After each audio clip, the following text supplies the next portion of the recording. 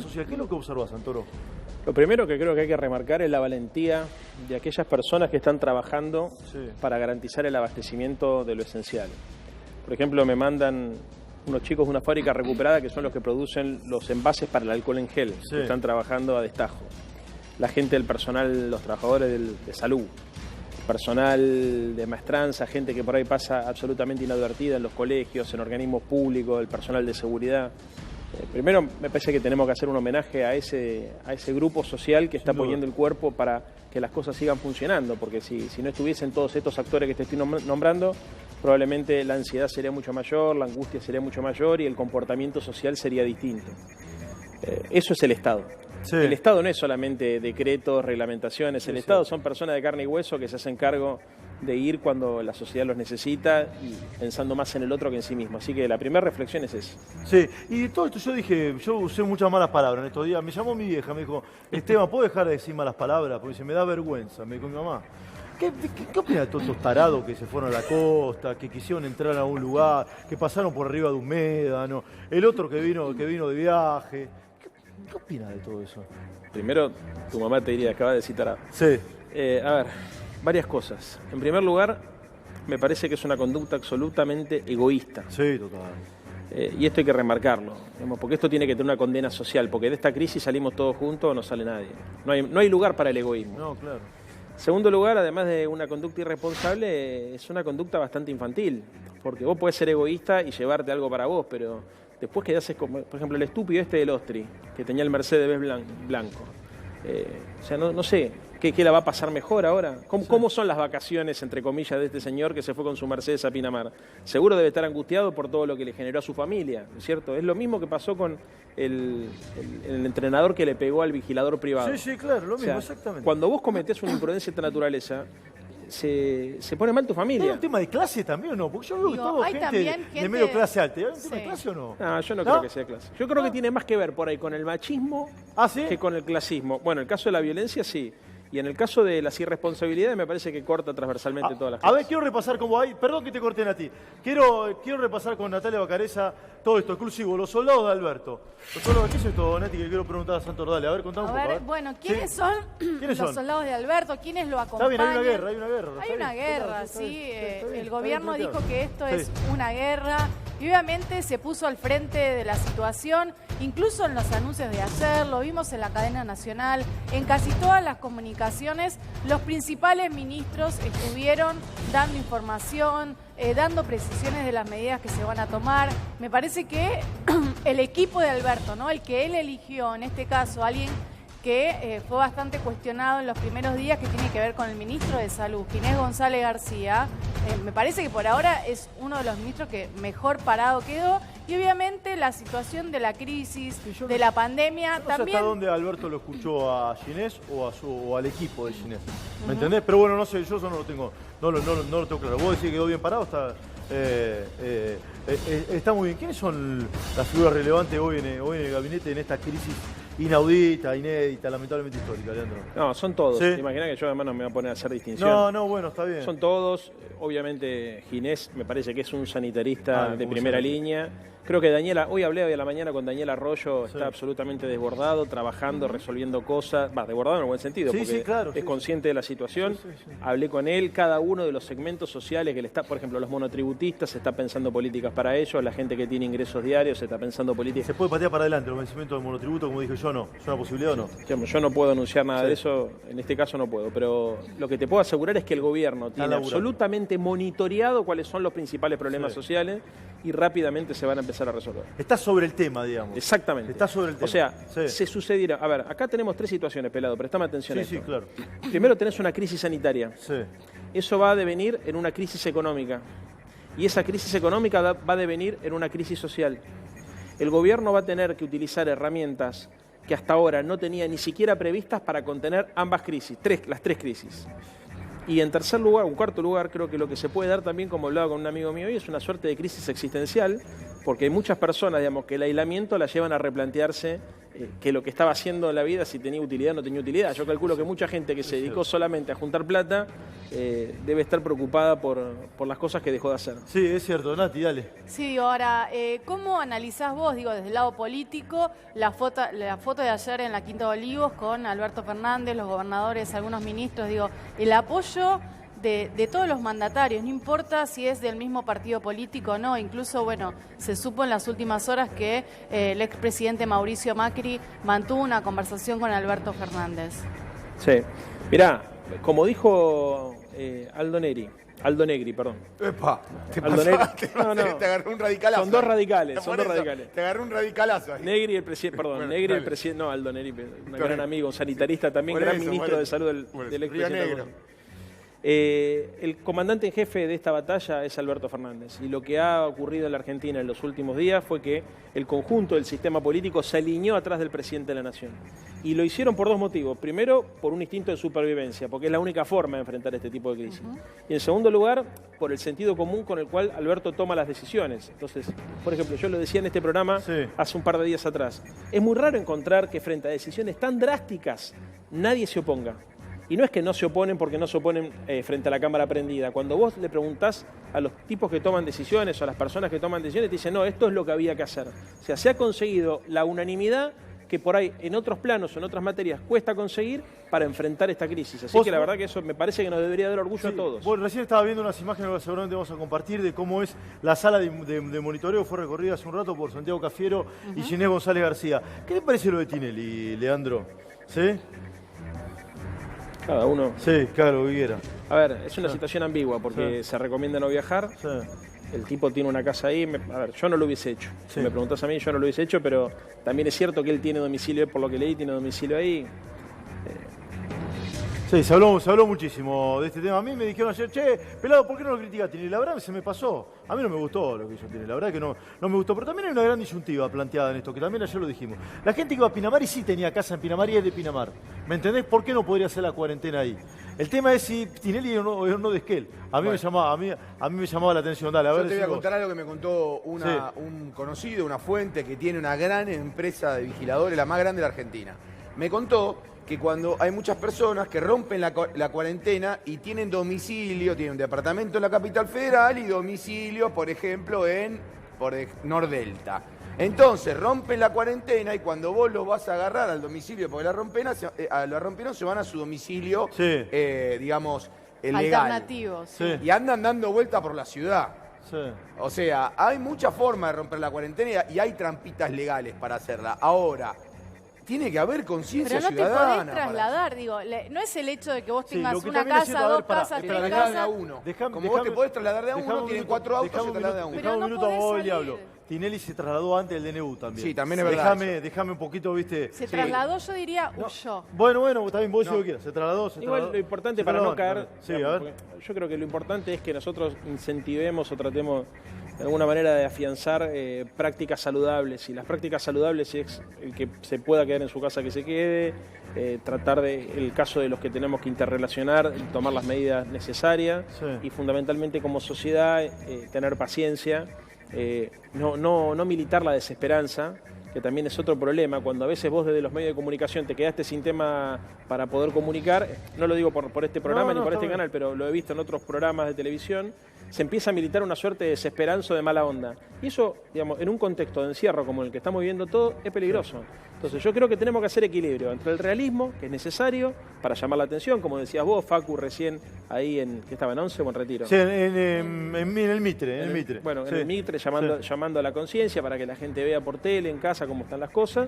Y al mismo tiempo, me parece que tenemos que tratar de mantener el estado de ánimo arriba, porque esto, de acá hasta el 31 de marzo la tenemos que pasar y para adelante vamos a tener que seguir batallando. Claro, eso te iba a preguntar. Y nadie sabe, porque no hay certidumbre sobre eso. Si es hasta el 31 de marzo es un poco más.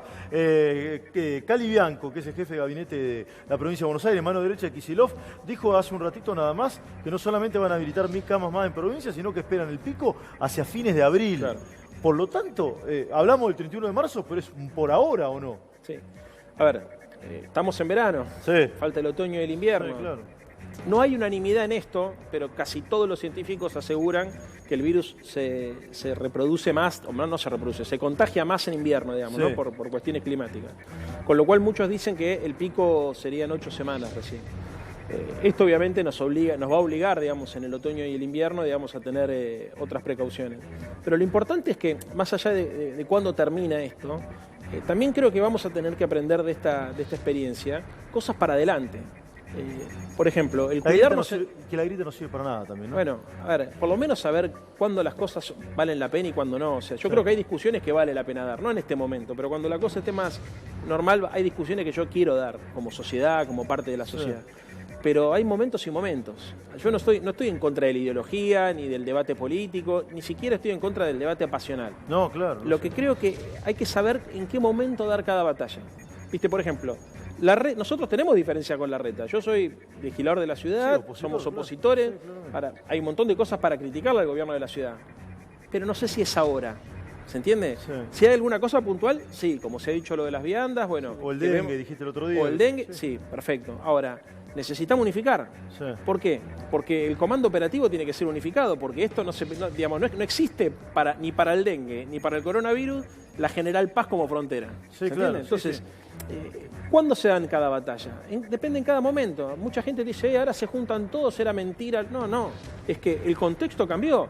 Y el escenario hace cambiar el paradigma político. Sí. Hoy el paradigma político, si nosotros viniéramos a los medios de comunicación, como algunos hacen, marginales de la política, a tratar de buscar una diferencia pequeña para sacarle un votito al adversario, la sociedad te condenaría y además me parece que eso terminaría generando lamentablemente una desesperanza que no conviene instalar en la sociedad. Hay un debate que yo no sé si esta crisis lo dará por zanjado, pero sí que seguramente hará perder por goleada a los detractores del Estado, ¿no? Vos sabés que yo soy de los que creo que me gusta un Estado pequeño pero efectivo, que me asegure la educación, la seguridad y la salud. Poner en el orden que quiere, pero básicamente eso. ¿Sí? Cuando mi hija avance en la secundaria y le pregunten bien el rol del Estado, cuál es el Estado, estaría bueno que le den un video de estos días, ¿no? Me parece que eso sería una gran enseñanza del Estado. Lo que pasa, Esteban, que el tema es el bienestar de la población. No es la salud, la educación y la seguridad. Es el bienestar de la educación. Eso que vos decís son como requisitos elementales. Sí, el vamos, digamos. El vamos. Sí. Pero para una persona que no tiene ingresos, por ejemplo, y que tiene que hacer una cuarentena, el Estado tiene que estar presente. Sí, claro. Para un industrial que no tiene demanda, porque hoy, por ejemplo, la economía argentina se enfrenta a un problema de demanda que no es solamente por ausencia de dinero. Si vos hoy tuvieses mucho dinero guardado, no te irías a comprar un traje. ¿Por qué? Porque son otras las prioridades. Sí, claro, obvio. ¿No? O sea, es más, tenés mucho dinero, ¿te vas de vacaciones? No. ¿Te cambiás el auto? No, tampoco. ¿Salís a comprarte ropa? No, tampoco. Bueno, entonces pensá eso cómo impacta en la cadena productiva. En el que produce, en el que intermedia, en el que comercializa. Entonces el problema que tenemos de demanda ni siquiera es un problema que se resuelve inyectando dinero.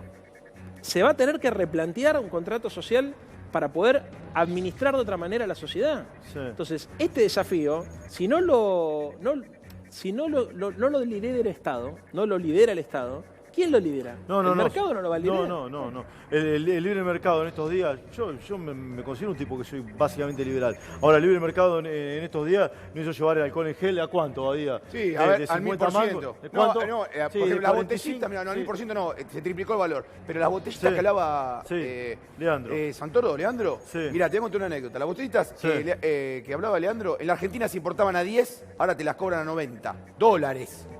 La botellita, digamos, más o menos la gruesa, que en el mercado se llama la gruesa, que son 144 botellitas.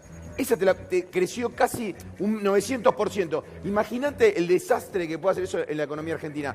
Pero lo que vos decías me parece que tiene cierta validez, porque hay una vieja ley de la ciencia política, también la de conocer Leandro, que la epidemia, la guerra, el desastre natural convierte a todas las, destruye todas las ideologías, las paraliza, porque en un momento vos eso que vas a discutir en el medio de una epidemia, si sos un poquito más colectivista o un poquito más liberal, y en el medio de ese quilombo, perdón por la palabra quilombo. Sí. Bueno, porque a ver, vos decías sobre tu ideología liberal. Sí. Yo creo que el liberalismo político, conociendo cómo pensás vos, necesita que haya intervencionismo en lo económico, porque si no, no se garantizan las libertades individuales. Sí. A ver, vos podés tener todas las libertades formales, pero si el Estado no garantiza el acceso a esas libertades, por ejemplo, la libertad de tránsito. Si vos tenés un piquete, es una libertad, digamos, que está relativizada. Sí. ¿Y por qué está la gente ahí? Capaz que está porque no tiene para morfar. Sí, sí.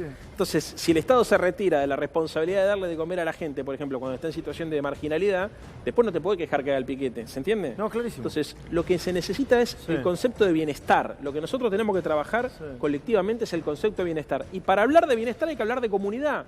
No existe el bienestar individual solamente. Eso está comprobado que no. Vos podés, mirá hoy puedes ser sano, tener dinero y ser exitoso y famoso. Y sin embargo, no podés ser feliz. Sí. ¿Se entiende? O sea, ¿por qué no podés ser feliz? Porque no podés salir a ningún lado, porque muchos de los que tienen, por ejemplo, la posibilidad de viajar afuera son repudiados por la sociedad. Mira el muchacho el Mercedes blanco que fue a Pinamar. Sí. O sea, si vos lo ves un día de semana, parece un tipo exitoso. ¿No es cierto? Un Mercedes blanco, tiene casa en Pinamar, fachero, tiene todas las cosas que supuestamente el paradigma estético dominante dice que tenés que tener. Y hoy quedó como un pelotudo frente a toda la sociedad.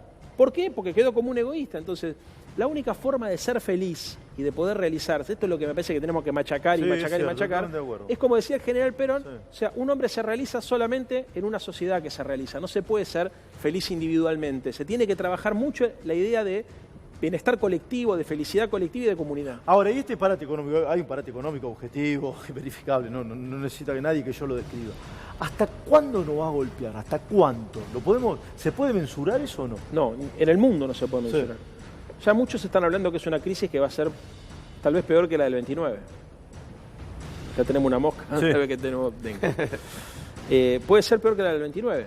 ¿Por qué? Porque las características... Recordemos la Gran Depresión del 29. La Gran Depresión del 29. ¿Por qué? Porque, como te digo, no es algo que se... Acá hay un factor psicológico que va a jugar también en la retracción de la demanda agregada, que va a complicar muchísimo salir de todo esto. Sí. Entonces, lo importante es aprender de los errores de la historia inclusive, y de los aciertos. Estos ciclos depresivos se resolvieron cuando el Estado, en lugar de gastar, invirtió. Estos ciclos depresivos de la economía se resolvieron cuando hubo un pacto entre el capital y el trabajo. Estos ciclos depresivos se resolvieron cuando la sociedad pudo liberar sus fuerzas productivas y pudo ponerlas en función de un interés colectivo y general. Sí. La Segunda Guerra Mundial, que fue también una crisis terrible, digamos, con el Holocausto, con todo lo que eso significó, fue el momento de mayor tristeza de la humanidad. Pensar en no solamente la guerra, sino el Holocausto, ¿no? Sí, sí. La persecución al pueblo judío, bueno, a todos los que se persiguió. Eso permitió, la superación de ese momento tan crudo, permitió construir los 30 años gloriosos de mayor crecimiento y mayor bienestar de la historia de la humanidad, que es lo que va entre 1945 y 1970, más o menos, digamos, ¿no? Los 30 gloriosos. ¿Y sobre qué se pactó? Sobre la idea de que la vida humana empezaba a tener sentido. Durante la Primera Guerra Mundial, la vida humana no valió un carajo. No, nada, obvio, totalmente. Bueno, llegamos a la aberración de armar directamente un plan sistemático para aniquilar a un pueblo, en este caso a la comunidad judía. Sí. Bueno, sí, gitana también. Gitana, sí, obviamente. Sí. Bueno, había de todo, digamos, negra, ¿no? Sí. Ahora, de ese dolor, de ese agujero negro, surgió una sociedad mejor. Sí, y es súper interesante escucharte. Y además me encanta tomarnos este tiempo para hablar contigo en la vorágine informativa que habitualmente no lo hacemos. Es una cosa re estúpida la que te iba a preguntar. Pero ya se me ocurría. Una crisis global, ¿no? Hay una crisis global, no hay duda. ¿Se le puede ocurrir al FMI y decir, che, bueno, no me paguen porque está todo fundido? Estamos todos fundidos, no me paguen. ¿Puede pasar eso? Es una pelotudez soberana. Si el FMI hace eso, les cuento, les pago un asado a ustedes donde quieran en el mundo. Yo no digo que vaya a pasar. No digo que pero ¿me entendés dónde voy? ¿Me entendés dónde voy? Perfectamente. Bueno, pero a ver, la reconstrucción después de la Segunda Guerra Mundial fue a partir del Plan Marshall. Claro, exactamente. Ahí digo. Entonces, exactamente. Ojalá los líderes mundiales estén a la altura de la circunstancia, porque así como nosotros decimos, los ricos no pueden ser felices. Alfonsín lo decía. Alfonsín decía, nadie puede ser feliz digamos, en la casa del country si está rodeado por una villa miseria. Eso no existe porque tiene miedo que le roben, bueno, por una serie de factores. Lo mismo pasa para el mundo.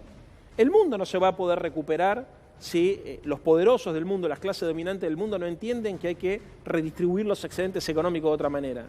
Porque no se trata acá de la economía norteamericana, la economía china, se trata de la economía mundial. Sí. Entonces, yo creo que es probable que se empiecen a plantear estos imperativos éticos, que salga de la lógica económica esta discusión para ir hacia la discusión Vos sabés que Angela Merkel medio que lo planteó. Vení que le quiero contar esto a Santoro, vení y diré que se lo quiero leer para seguir hablando con él con esta vida. Sí, esto de último momento. A ver, dieron de alta la primera paciente con coronavirus en la provincia de Buenos Aires. Bueno, bien, hay más de 20 ya de los recuperados, ¿sí? Alta la primera paciente con coronavirus en el principal territorio argentino, que es la provincia de Buenos Aires, donde lamentablemente provincia, área metropolitana, ¿no? Lo que es AMBA, ¿sí? Ciudad de Buenos Aires y provincia se concentran el 70% de los casos, ¿sí? Esto lo reconoció Alberto Fernández ayer. También, después del Chaco, son las provincias más afectadas, Misiones, hay casos en Salta, hay casos en Santa Cruz, hoy el primer caso en Corrientes, y en un ratito nada más seguramente se va a dar a conocer el dato de cuántas personas, ¿sí? Están afectadas por este virus, que de acuerdo a las estimaciones oficiales podrían llegar a 250.000, ¿no, Ernesto? Esa es la mejor de todas. Vuelvo a decir lo mismo. En el informe de Ginés González García son 250.000 en junio. Y es el mejor escenario si cumplimos la cuarentena a rajatabla, el distanciamiento social a rajatabla. Si no lo cumplimos y hacemos lo que hicieron nuestros amigos los italianos, vamos a tener problemas graves. Dice que vamos a llegar a tener 2 millones de personas infectadas. Y eso es el colapso del sistema de salud. Eso es lo que dice el informe que Ginés González García le dio al presidente. Sí, se lo dio a todos los gobernadores, sí. Claro, pero digo, la infraestructura de América Latina. A ver, Santoro, te escucho, sí. La infraestructura de América... Ojo, chicos, acá, dale. La infraestructura de América Latina no es la infrastructura de Europa. No, o sea, claro. Nosotros estamos viendo... A ver, Italia es un país del primer mundo, es una de las principales economías de Europa. Tiene... A ver, obviamente, padeció políticas neoliberales de desmantelamiento de su aparato de salud. También es cierto eso. Y además y demográficamente es un envejecido. Pero también por las políticas de bienestar. Bueno, ahí se mezclaron cosas ahí. A lo que voy es a lo siguiente. Cualquier tipo de política trasplantada mecánicamente de los países centrales a los países periféricos va a fracasar. ¿Por qué? Porque nuestra estructura social y económica es completamente distinta. Entonces, nosotros tenemos que ser más disciplinados que los europeos, porque no nos podemos dar el lujo que se dan los italianos. Básicamente porque la estructura social de la Argentina es tan precaria que si llegara a haber un brote en el conurbano bonaerense, por ejemplo, y llegara a haber un punto ahí, nos complicaría a todos, a los que somos ricos, a los que somos pobres, a los que vivimos en capital, a los de provincia. ¿Se entiende? Entonces, es fundamental la disciplina. En Europa, buena parte de los quilombos que estamos viendo es porque cuando el Estado dijo, muchachos, guárdense, se iban todos de joda. Uno mira la televisión española, la televisión italiana y ve como la principal crítica es hay un 40% de la población que sigue actuando como si esto no existiera. Ahora, imagínate esa imprudencia trasladada a la Argentina. O a Paraguay, Uruguay o cualquiera de nuestros países. Entonces, la disciplina tiene que ser férrea. Hay momentos que son para la transgresión, momentos culturales, y hay momentos que son para respetar la norma y para ajustarse a la disciplina que el proyecto de país requiere. Y nuestro proyecto de país hoy requiere que cada uno de nosotros sea disciplinado en este sentido. Leandro, sé que tenés otro compromiso. Creo que es la primera vez que nos tomamos un tiempo para hablar con tanta tranquilidad de un tema tan profundo. Te agradezco enormemente que hayas venido acá con nosotros. Leandro Santoro, asesor ad honorem